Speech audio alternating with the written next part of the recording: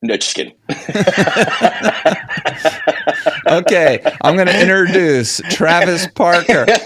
You're a San Diego hairdresser and educator who focuses on cutting, and you run the Travis Parker Academy and Travis Parker Productions. And we just met, and we're having a great time already. Two Southern California people. And I'm a little jealous, though, because I'm That's a big right. fan of San Diego, but LA is just where I landed and where I am. Where are you based in LA? I'm in Woodland Hills, which is just north of kind of the middle of LA. Yeah, I'm in the It's valley. stunning in Woodland Hills.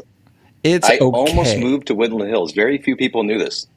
It's okay. Sebastian used to be Yeah, from, or was from Woodland Hills, and correct. in the late '80s, early '90s, I almost moved to Woodland Hills to go to Sebastian, and I would have had a totally different life. That's true. But instead, I came to San Diego to go to college, and my friend, yeah, it's an easy place to envy. It's paradise here. It's perfect. It San Diego's the really, best, it really, really but is. Woodland Hills is stunning.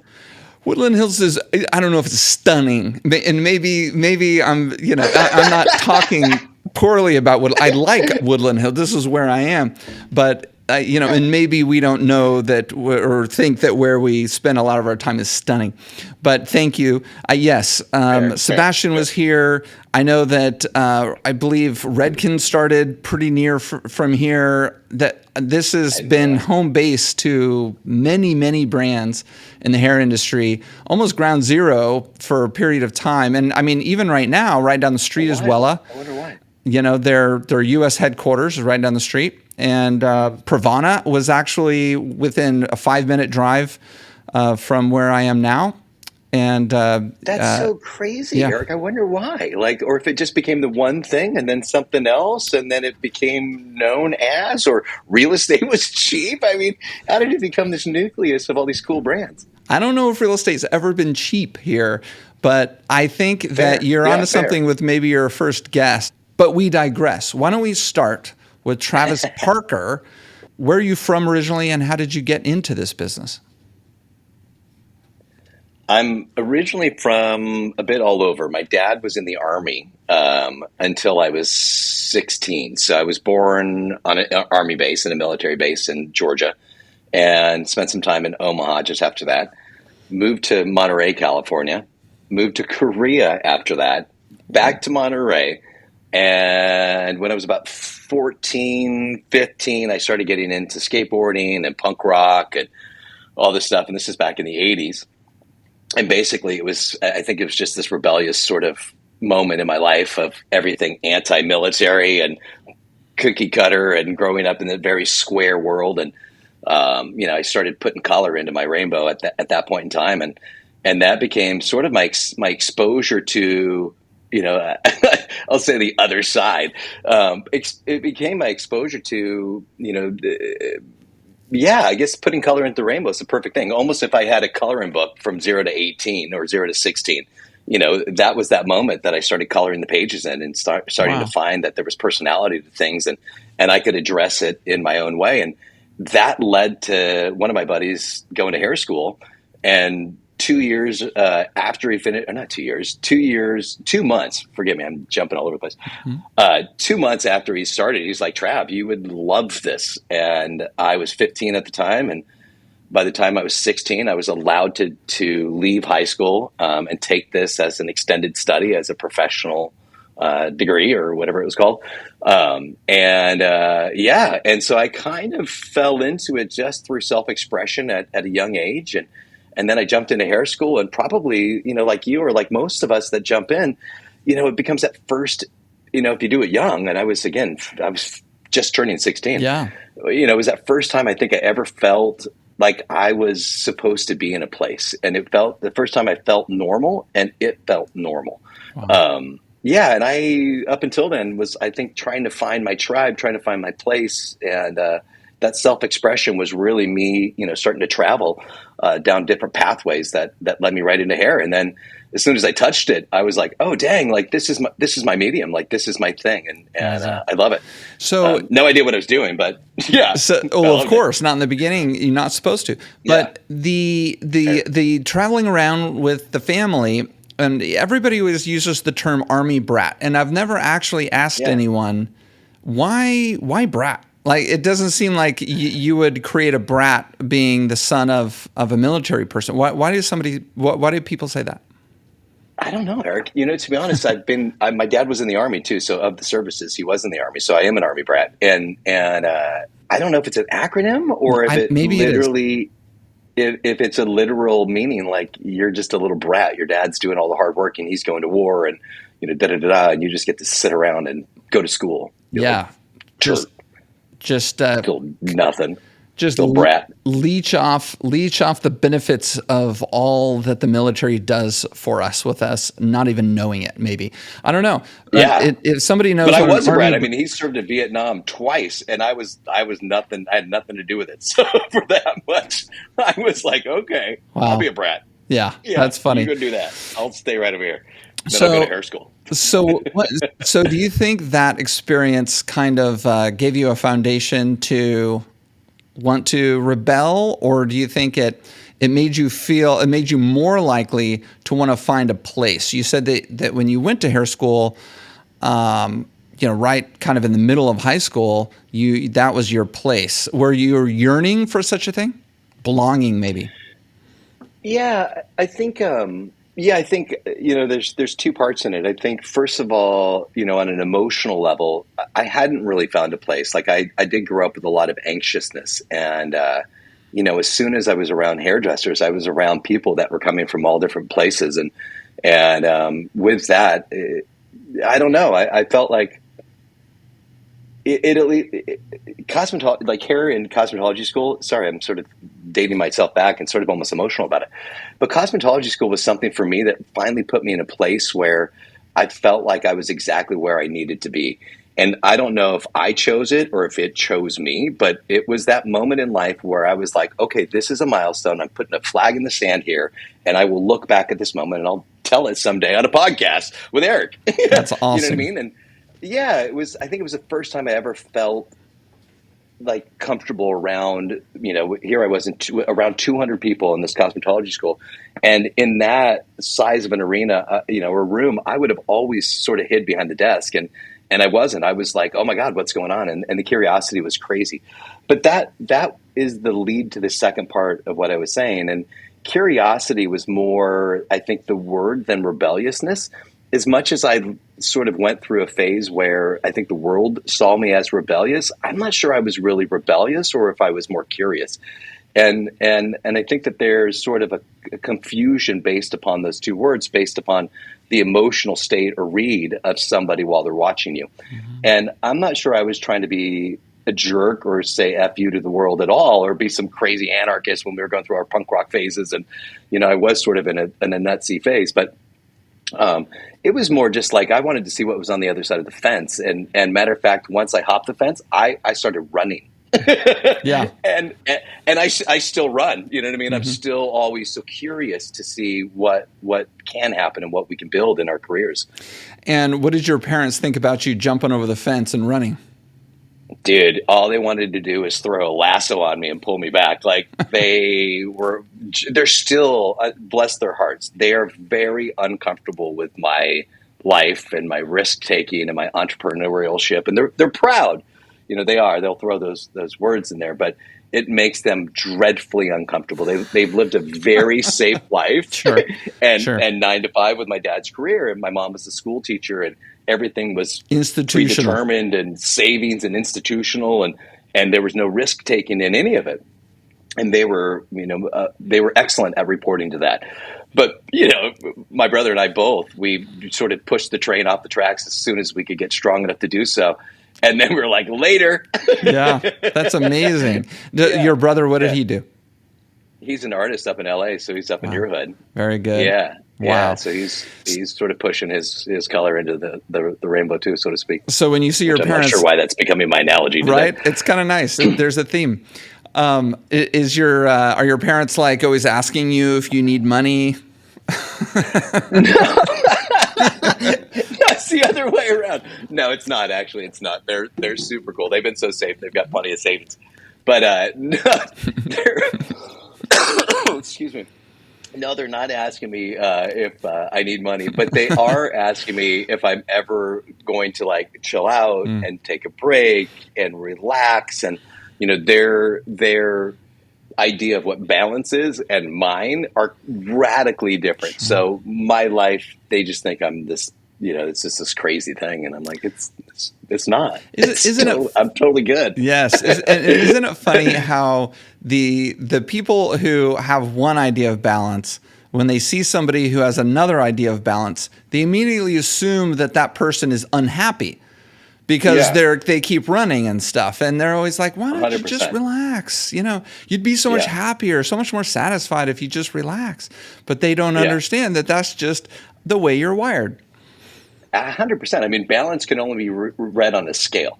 You know what I mean? In a literal sense. But when it comes between humans, we're all different. You know what I mean? And, I've got friends and clients that need, 2-3 vacations a year, every year to like feel grounded while they're reporting to the rest of their life.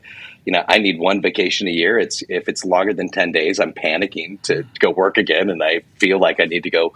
Yeah, I just need to go back to work. And, that's plenty of balance for me. And as long as I got a couple weekends here or there, I get to spend time with my son, I'm good to go. I was designed to work. Yeah. And that's what I do. I kind of feel the same way. It's so interesting that you said that because my wife is planning a long vacation, and it's making me very nervous because when I go on vacation, I'm not nervous about how much money she's spending. I'm nervous about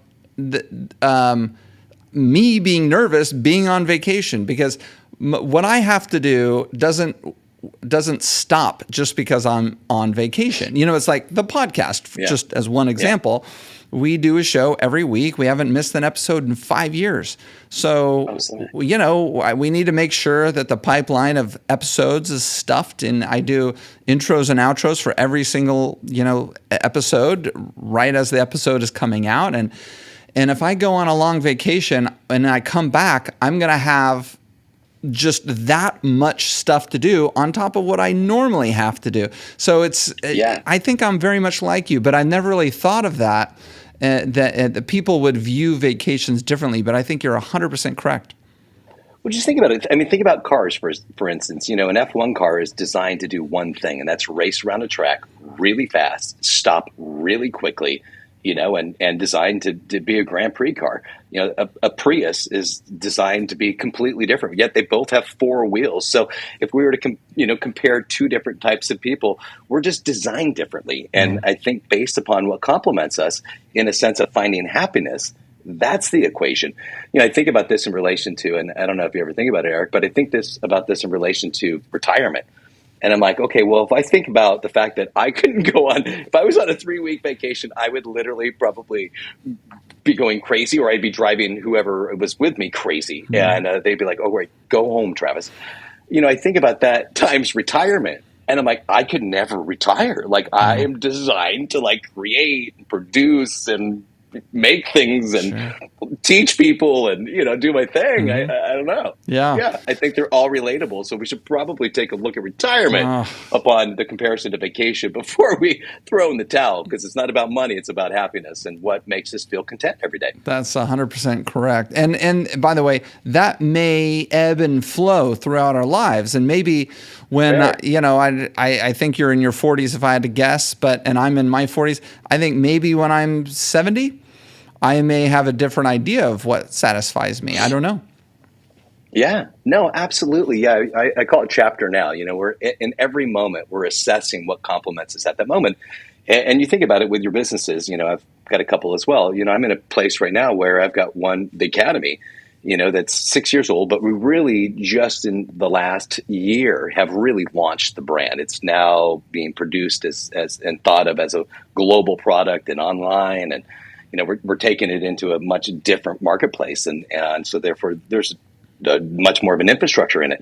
And so, in the chapter now that I'm in right now, I'm in a phase where, I've had this company for 6 years, but I'm in the busiest phase I've ever been with it right now. So, things ebb and flow. And then I think about this in respect to once I get it to a certain point, I'm going to be in a chapter where I'm ready to sort of take it easy a little bit. So, and then you start to assess that over time. And to be honest, I'm 51. So, assessing things in decades, you assess that over time and you're like, oh yeah, I was pretty active in my 30s, or I was a little bit more chill in my 40s, and then a little bit crazier in my 50s again in the 60s. Yeah, it was all downhill from there. But no, just kidding. But no, I that makes a lot of sense, and I definitely want to hear about your academy. But I want to lead up there chronologically to some degree. So let's go back to when you got out of. So to bring the listeners back, you kind of transitioned in the middle of high school into learning how to do hair. You went to cosmetology school. So tell me again where you went to cosmetology school. So I went to cosmetology school in a place called Pacific Grove, which is up in Monterey, California. Stunning area. About maybe I don't know 20 how anyone from where could I survive living in Monterey. It is such a horribly ugly place. You just go from one amazing place. It's one of the most beautiful places in the world. For any listeners who don't know Monterey, it's one of the most beautiful places. Okay, sorry, go ahead. No, you're good. I mean, for the fact that I was living on Army bases, again, from 0 to 16, at least they were planting us back towards the West Coast, the second time around. And we got to retire. And then when I found San Diego, I was like, that's where I'm going. But yes, to the point, I went to a school called Pacific Grove Cosmetology School, I think is what it's called. I went back up to Monterey, I don't know, maybe about 15 years ago, and it was a hardware store, so the school's long gone. But it was sort of one of those random schools anyways. Once you dig into the cosmetology school world, you realize that there's a whole bunch of there's a whole array of different schools out there. And ours was one of the ones that was just a little less focused on being a standout school. And so, needless to say, is such a euphemism. How diplomatic was that? I have to give you credit for that. That was beautiful. A little less focused on being a standout school. Okay, it was a shithole. You can just say it. There it is. Done. They don't exist anymore anyways, so they will never hear this. That's right. And I hope they do. That's right. Nobody's going to be offended. Yeah, but it was the beginning of the rest of my life. It was, it's what really rolled out the carpet at that point for me to start marching down. And if anything, I got my hands wet, literally and figuratively with hair. I don't think I did nails ever. I think somehow I just smooshed it up with the teachers and got those things written off. So I don't think I've ever done nails yet. I've owned a nail boutique for 10 years, actually. Wow. And yeah, that's a side story too. But I got through school and it gave me what I needed to have, and that was my license to get me started. And that just after that, I was graduating between my junior year and my senior year. That's right. And so my senior year, I got a job right before I started school at this little hair salon up in this town called Marina, which is where we lived after my dad was retired and we moved off base. And I worked at this hair salon called Kathy's Hair and Nails. It was me and this other gal that worked there. Kathy? Along you with and Kathy? Yeah, I forgot about Kathy. Kathy did do nails, she did nails. She didn't do hair. It was me and a girl named Leah that worked there. I can't believe I remember this. This is 35 years ago. And so Leah and I were the two hairdressers. I was doing perms back then. So I remember doing a bunch of perms. And basically, once I got the job there, dude, I would go to high school in the mornings. And then I had a car. I had a little Honda Civic, 1970 something, like an old crappy car. And I would drive that to Kathy's Hair and Nails. I'd work starting to take clients my senior year of high school. So I had a legit job with a professional license. And money. I thought I was the coolest kid in town. Yeah, I was like getting it going. And, and it was probably like most of us, it was just never work. And, certainly at that point when I was just playing hairdresser, it was a blast. I was just wrecking hair and, like the mannequins back over there. those, I think those are did you pull those from my cosmetology school? Are those actually my first haircuts? Wouldn't that have been amazing? You're a genius. If I had put in brilliant genius. I mean, Donovan's good, but I don't think he's that good. Like, that would be amazing if I took some of your OG mannequins and actually got and then them my here teachers on both all walk site. in. Yes. Yeah, the teachers walk in. Travis, we're so proud of you. Oh my God. You would have a heart attack and you'd die right here in fall out of this chair on the episode. Yeah, I wouldn't want that. I would. No, we can't let me die. I gotta finish some things. I can't die yet. Too much to do. But yeah, so I started working at a hair salon there and just wrecking havoc. But most importantly, it was boots on the ground, and it was getting me started with my career, and it was securing the fact that I had found something for the first time that I didn't suck at, and I found something for the first time that I felt naturally talented with, and I didn't have to try really hard to be average. And everything else, whether it was sports or school, I didn't have a choice. My father was militant and from the military, so he was like, no excuses. And my mom was a school teacher, so she was always there to support me. So, I really had all the support systems in the world to pull things off. I just was never naturally good at anything. And this was the first thing that I was like, okay, like I could do something with this. And that's when, full circle, that's when I started sniffing out Sebastian in Woodland Hills. And I was totally drawn to them. This is like 87, 88, 89, somewhere back in there. So like old school dude. And I was like, I forgot who their main people were, but they were doing like crazy dreadlocks and these rad styles. And I was like, that is like off the charts legit. And then Toni and Guy was my second company that I was literally obsessed with. And I was like at that point, 19 years old. And it was like a little girl looking up to like the Beatles playing, you know what I mean? Like live, and I would throw my panties up on stage for him. Like I was so enamored with Toni and Guy, and I was like, the Muscala brothers are over the top. They're so legit in the way they put the words together, verbiage, and their approach to cutting is just on a different level. So Sebastian over here was like super artistic and creative, and Toni and Guy was doing editorial stuff that had a language behind it and an approach in it that was teachable and easy to be a student with. And so when I was graduating from high school and pulling out of Kathy's hair and nails, I was like, do I move to Woodland Hills or do I move to San Diego, which is where my brother had moved prior to me. And when I was coming down and seeing him, he was having a blast down here, and he started doing club promotions, and he was kind he was kind of like the man in town. And I'm like, I'm moving to S&D because it's a party. And coincidentally, a dude that used to go to all of his parties owned the first distribution channel for Toni and Guy and TG Hair Products in the United States. And this is back in like 90, 91. And his name was Mohsen Atari. Atari? I forgot Mohsen's last name right now. I think it's Atari. He used to own a place called Advanced Salon Visions. And he was homies with all the Muscala brothers from TG and Toni and Guy. And so when I started sniffing out San Diego and, come down to hang out with my bro, I was talking to this guy, Mohsen, that was he was at all my brother's parties and club promotions. And he's like, dude, come down here. So that sort of secured my decision. That's why I didn't end up in Woodland Hills. Sure. And then I came down here and I got a job at a salon called Model Call in 1989, of August of 89. And I worked there for 10 years before I opened up my place, my first place. Wow. So you were there for 10 years. Yeah, amazing. There's cosmetology school. Say again? I said, so there's cosmetology school. There's cosmetology with a really long school. answer. Yeah. 10 years. What kind of salon was Model Call?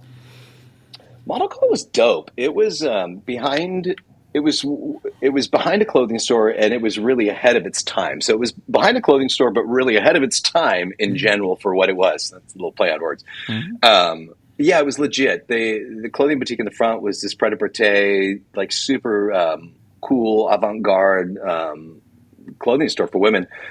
Stunning. And needless to say, we were a small studio in the back, and it was a space that was 400 square feet. Tiny. It was too small to have a reception desk in it, so there was literally the 4 chairs. And when I got a job there, they had just had a gentleman leave and move up to LA. And when he pulled out, it was 3 of them. I moved into town. My brother was getting a haircut there. He's like, yo, my little brother's moving into town. They said, hey, have him come talk to us. they sort of pulled me right in without an interview. They're like, "You're hired," and it's just like the hair salon not knowing how to run a business, right? Right. Like, you're a hairdresser, great, you're hired. We have an empty chair. Yeah. Would you like to Do you have stand a behind license? it? I do. Cool, you're hired. We got 3 clients on your books already. All right, here we go. And so I was 18. I came down here. I got into San Diego State University. So I failed out of that. That's a different story. But I got a job at Model Call. Hold on. And it was just no. You're not gonna give us 2 seconds of I failed out of San Diego State and back to Model Call. No, you got to give us some more than that. So okay. You went to San Diego State on live without getting arrested here. Your parents wanted you to go? Is that why? Yeah. So basically, my exit out of my parents' house was, and they thought back to like my brother and I pushing the train off the tracks. They were like, "Where is Travis gone? Like, he's crazy. Like, he's lost his mind. He looks like a weirdo. He's going to hair school. Like, we've lost our child. Like, what's happening?" And so the only hall pass I could get from them to get out of the house was if I went to college. So I said, I'll go to college, same school as Kent, my brother. And that's how I got the hall pass. They sent me like $350 a month to spend on food, and otherwise they covered my tuition, which covering my tuition and my dorm allowed me to basically make, I made $9,000 my first year at Model Call. Still remember that. And I doubled my income for the first 5 years, first 4 years. And thank God. And so, but that's how I got out. And then when I went to state, it was a party pass for me. It was really, I was not focused in school, and I was a terrible student, like I said earlier, in traditional school environments back then. I wasn't into school at all. I started off as a BA major, as a business administrations major. I took an accounting class. I literally wanted to pull the skin off my body. It was so painful. And I was like, if this is business, I'm out. Like, no way. Yep. And I thought to myself, that's what I did, by the way. Oh, did you really? Yeah. Oh, it was painful. It was brutal. Yeah. And I went from, cosmetology school and like this rad career that I just found that to all of a sudden, rows and columns and crunching numbers. And I'm like, dude, no, like not my jam. And I was too young to appreciate it. I mean, now I would see it in a totally different, vein. Back to chapter now, right? It still sucks, though. Yeah, I still maybe want to take some skin off. Yeah, just maybe not all your skin. But yeah, maybe now I would enjoy just delegating that, which is what I do. But needless to say. So that was, so school was kind of my hall pass, and I was truly focused. I forgot exactly where I was. I was truly focused on hair. And so as I was taking these classes and they were daunting, I was starting to fail out, and I was partying the whole time. So between the hours of working and attempting to go to school, which I didn't most of the time, I was raging at night and going off. And again, my brother was throwing these really cool, like, hip hop clubs and house clubs and stuff like that down here. And he was all connected to the other club promoters down here. So I was 18 with a fake ID. You had zero chance of staying in school. I mean, all of those ingredients, there is no way you're going to stay in school. That's Never. Amazing. But you had so much fun, didn't you? Dude, I had the best time of my life. But Eric, I think the greatest thing that, for all of our listeners right now to think about is that there's no wrong choices that you can make ever in life. And everything leads you to that next thing. And whether you look at that next thing as an opportunity or not, that's where you live at that moment. And sometimes we just can't see it. I didn't see business as my opportunity at that moment. But wait a second. I do have to jump in there. I mean, some decisions lead you into a place that is just entirely unproductive and bad, right? I think, you sounded like you had a great head on your shoulders and you had found something that was very productive and very satisfying in doing hair, right? Yeah, for sure.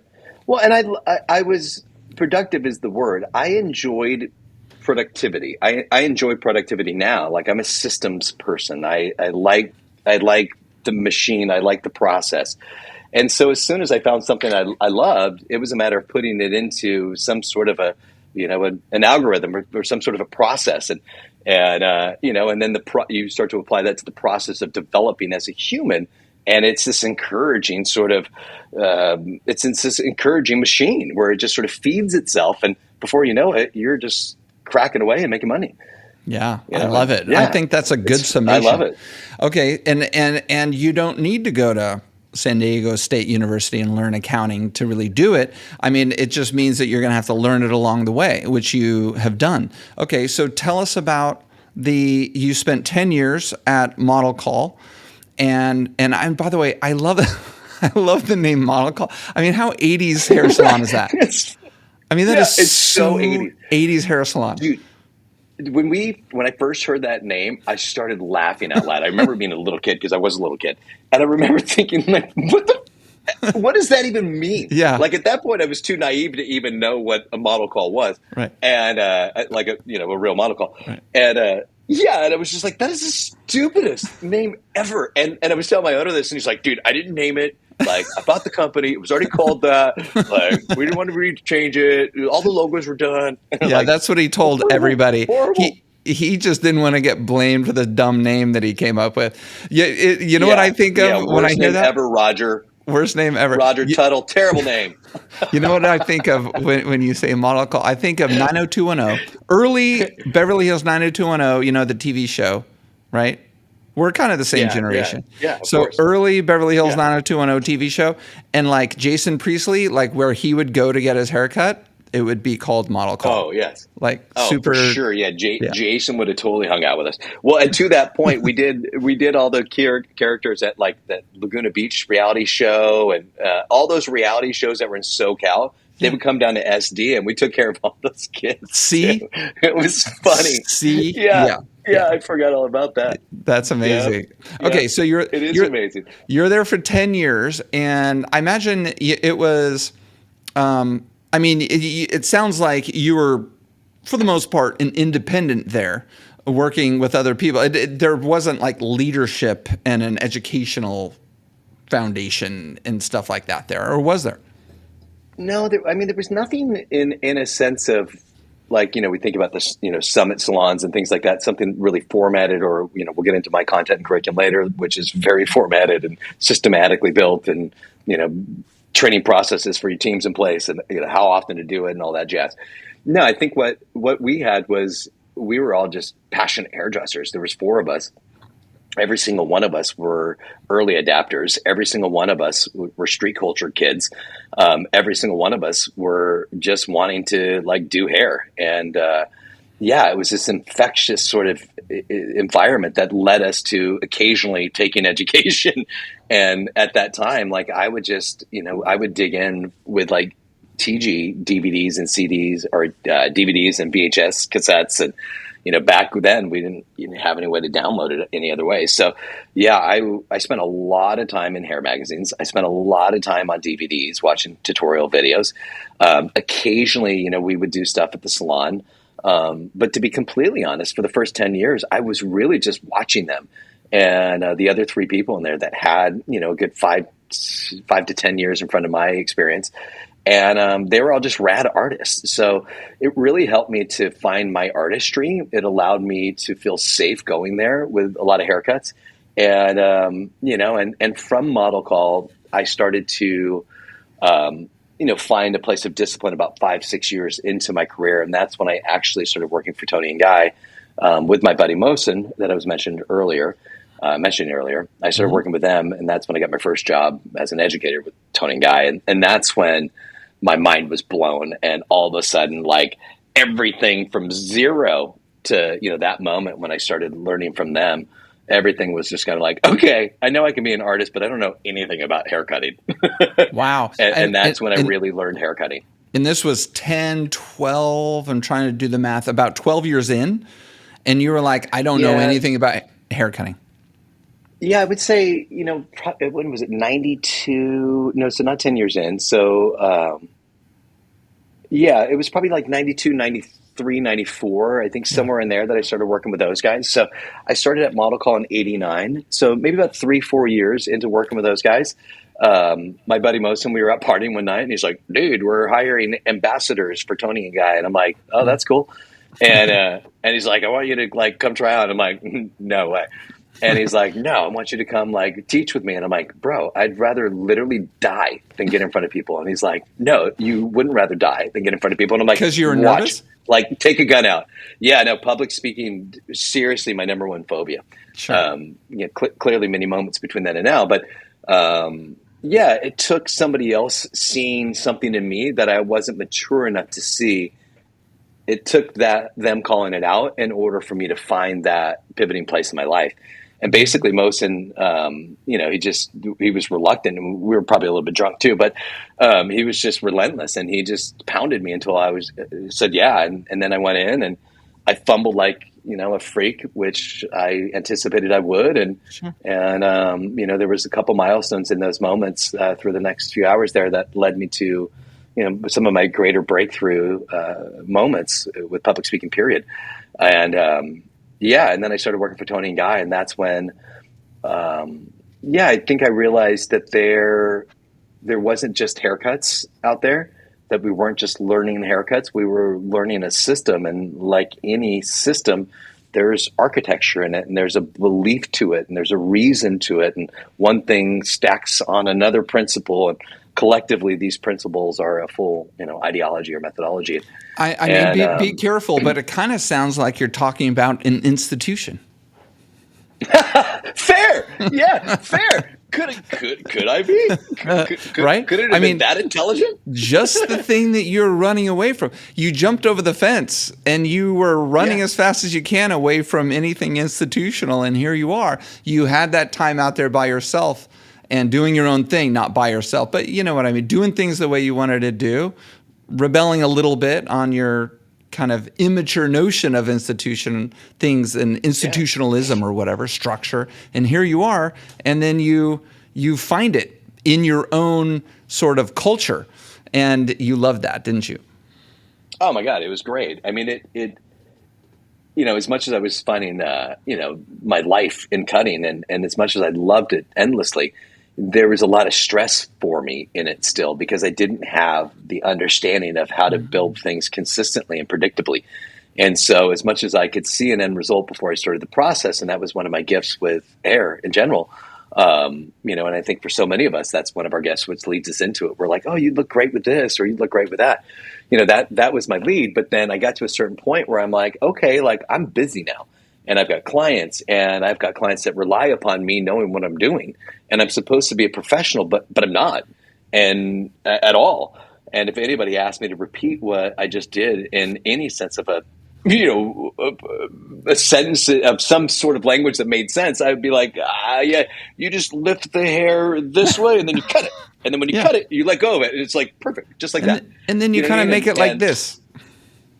And then, you make it like this, and then, just sort of like that. And it's like, dope. Look at that. That's so legit. You know what I mean? And so, I was like, I started to feel stress with it. Like I got to a certain place where it got me to where I needed to be to feel stressed, to feel uncomfortable. And in that moment of discomfort, that's always a moment that I know I need to assess with some sense of accountability to see where I need to pivot in my life. And at that place and point, that all of this started to come to. And, I was digging into their content like, anybody's business. And Mosin's like, dude, you literally drink more juice from this company than anybody on the planet. Why would you not want to teach for us? And I'm like, because I'm petrified to get in front of people, and I'm not smart enough, and I'm not experienced enough. Like I'm drinking this because I want to know more. I don't know enough to teach anybody. And he's like, man, life's about sharing experiences. Just get up there and share your experiences on what you do know.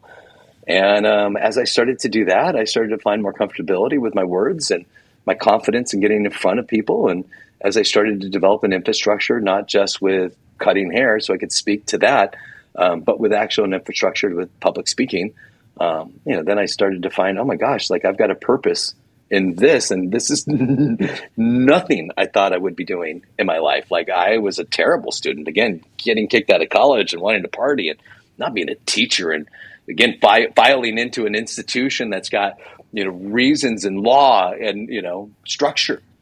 But then again, full circle, the structure came from 0 to 18. My family gave me structure. They just didn't put anything inside the box that I was attracted to. Right. I just needed to find what I could report to, and structure was something that allowed me to find predictability. Absolutely. Absolutely. It's just so interesting. You with all of your experiences and your reactions to the experiences and then coming full circle. Okay, so now bridge us from Toni and Guy. So you started educating with them. And how long did you educate with them? I really only worked with them for about 2 years, and it was not for any other reason than I just got too busy with my life. I had gone through a divorce. I have an older son that's 29 now.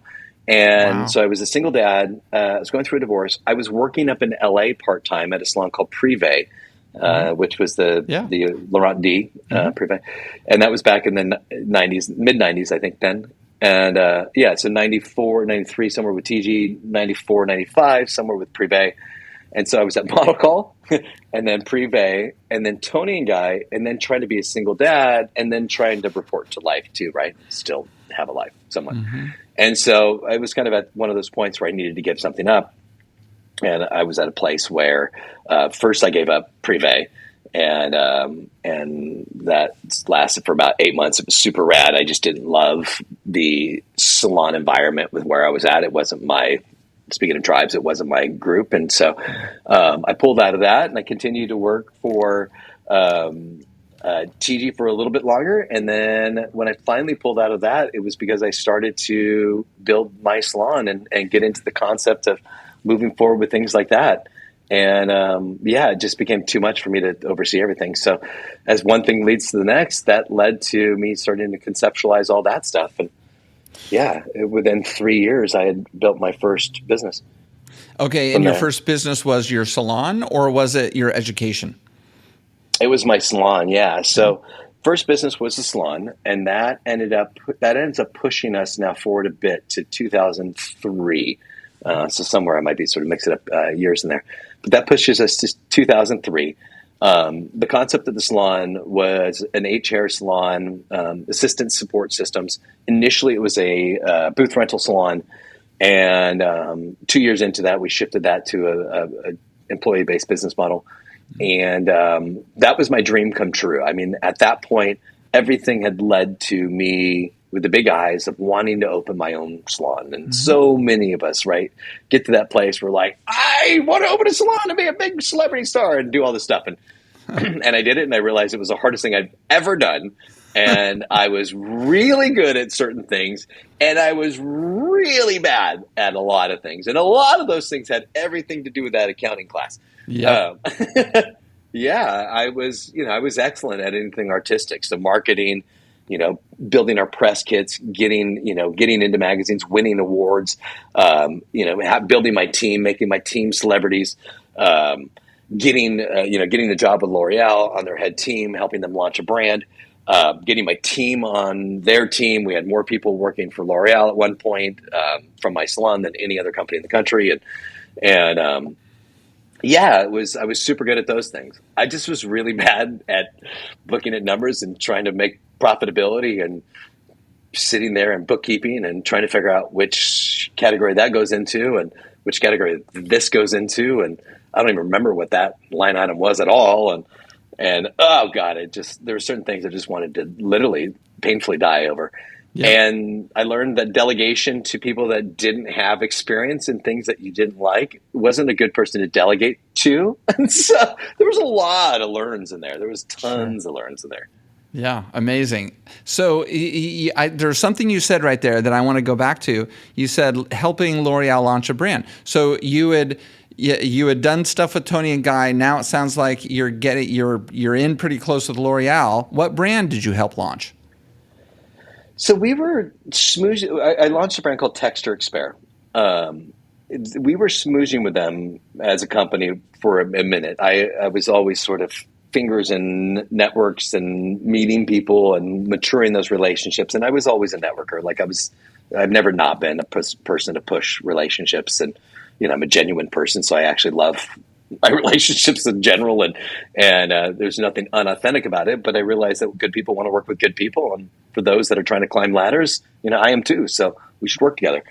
So I was always sort of thinking that way, and I would do savvy things with L'Oreal. Like one time, I remember building a press kit, and I found out the name and title of everybody on the floor of L'Oreal that L'Oreal Professionnel was in.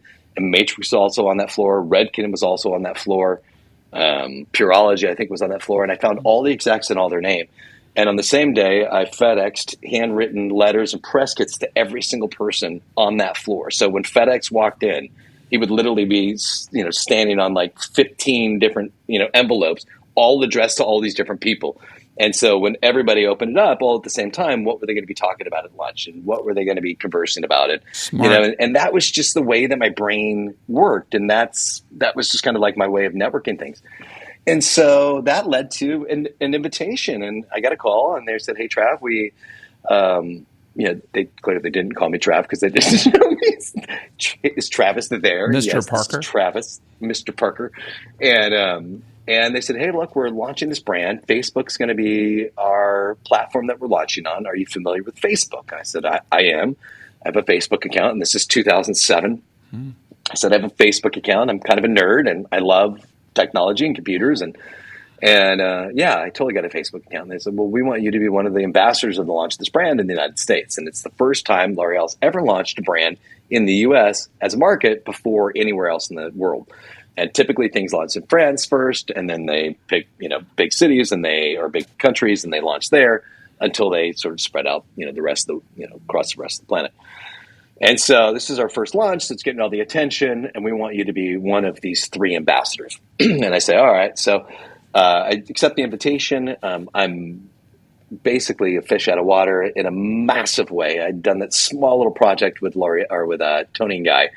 I wrote curriculum for my salon to teach my team, while I had my operations, but I'd never stepped on a stage of that scale ever. And that's back when they were doing large scale productions. And I'd certainly never launched a brand. Like, I didn't know anything about a wet line and a dry line, and I didn't know anything about distribution. I didn't know anything about ingredients and sales channels and freaking nothing, dude.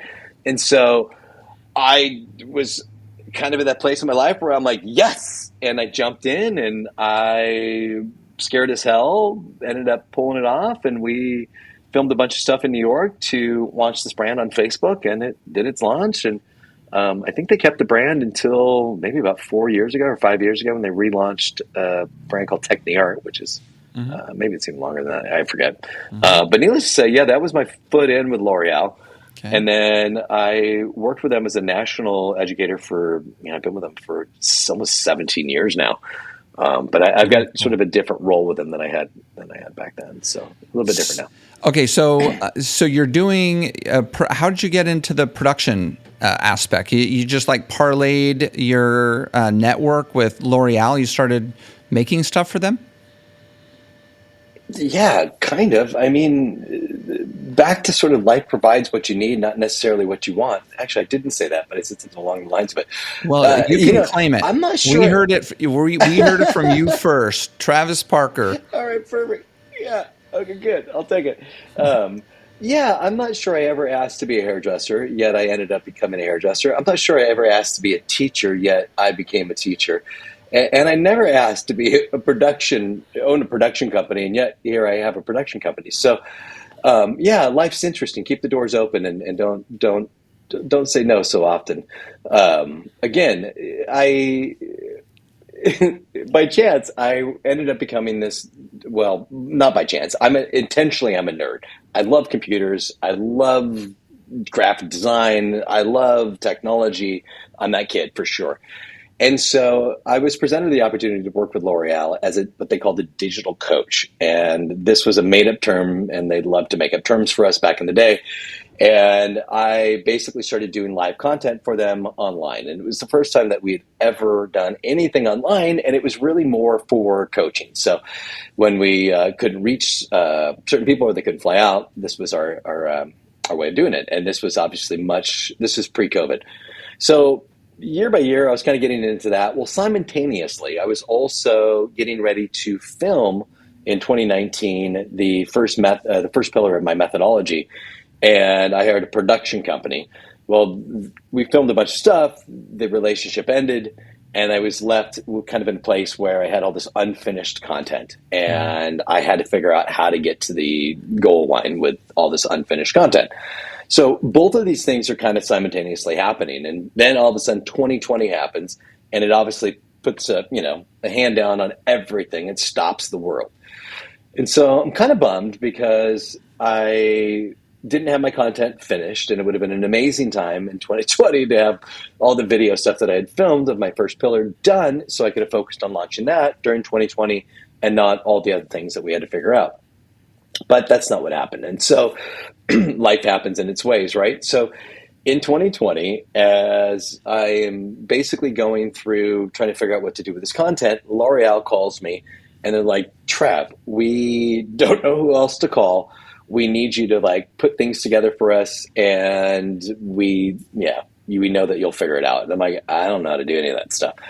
And so, like everything, you just start with a Google search and you start asking questions. You don't need to learn a whole industry or a whole business, all at once. You start with what's relative, and each step at a time, you learn what's, again, relative at that moment. And before you know it, you look back and you've got a couple things behind you with some knowledge in it all, experience behind that.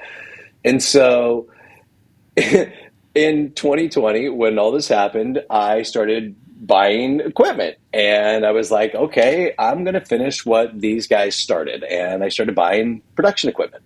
And so I bought a couple cameras and a couple lenses, and then I got a couple lights. And as L'Oreal sees me buying the stuff, they're like, dude, like, you have all the stuff, shoot it for us. And I'm like, I have it, but I'm like a dentist. I'm just a rich guy buying stuff. Like, I don't know how to use any of this. Like, I have no idea what I'm doing.